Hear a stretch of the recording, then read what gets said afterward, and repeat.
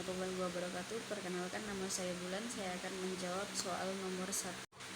Dugong atau yang dikenal dengan nama Sirenia adalah mamalia laut yang terancam punah. Mereka memiliki tubuh besar, sirip belakang mirip ekor ikan, dan memakan rumput laut. Dugong hidup di perairan hangat di sepanjang pesisir Samudra Hindia, Pasifik, dan bagian tertentu dari Samudra Atlantik. Mereka terancam oleh pemburuan ilegal, kerusakan habitat, dan tabrakan dengan perahu. Mengapa melindungi dugong itu penting? Karena yang pertama, dugong itu merupakan bagian dari ekosistem laut yang rentan. Mereka berperan sebagai herbivora yang memelihara padang lamun yang merupakan rumah bagi banyak spesies laut termasuk ikan dan invertebrata. Kemudian sebagai pemangsa utama padang lamun, dugong membantu menjaga keseimbangan ekosistem laut. Jika populasi dugong terancam, maka ekosistem laut tempat mereka hidup juga dapat terganggu.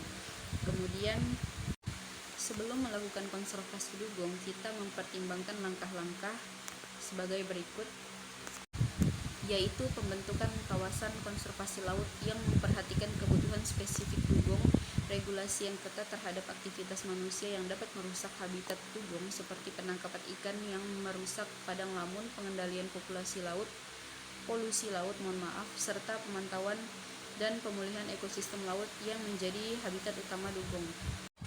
Kemudian upaya ini harus melibatkan kerjasama antar pemerintah, organisasi lingkungan, dan masyarakat lokal untuk menciptakan kesadaran dan tanggung jawab bersama dalam menjaga keberlangsungan habitat hidup dugong. Strategi yang perlu kita lakukan dalam konservasi dugong yaitu perlindungan habitat, penegakan hukum, pendidikan dan kesadaran masyarakat, kolaborasi internasional, dan penelitian dan monitoring.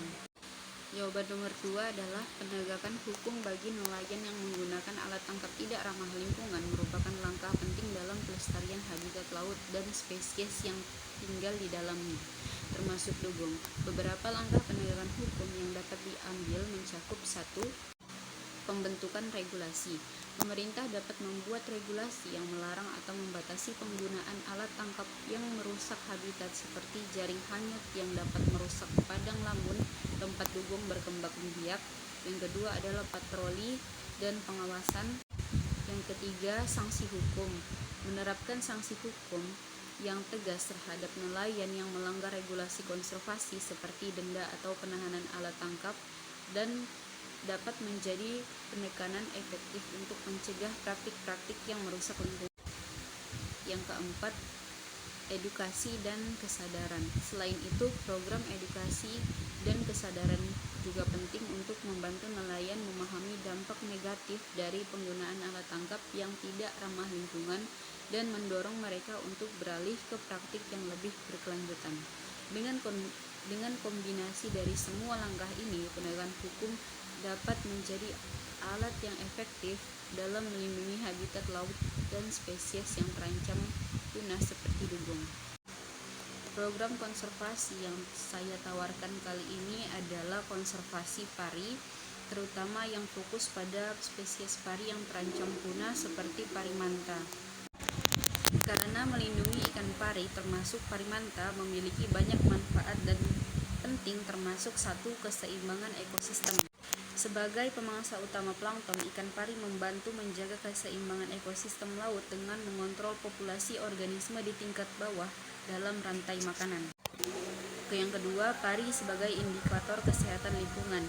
Kehadiran dan kesejahteraan ikan pari dapat menjadi indikator kesehatan lingkungan laut secara keseluruhan. Yang ketiga, ekowisata. Pari manta menjadi daya tarik utama dalam industri ekowisata laut. Yang keempat, konservasi keanekaragaman hayati. Yang kelima, pendapatan dan mata pencarian. Bagi komunitas masyarakat nelayan lokal, ikan pari dapat menjadi sumber pendapatan dan mata pencarian yang signifikan melalui pariwisata, penangkapan ikan yang berkelanjutan, atau pengembangan produk-produk berbasis pari seperti kulit dan sirip. Yang keenam, kesejahteraan manusia.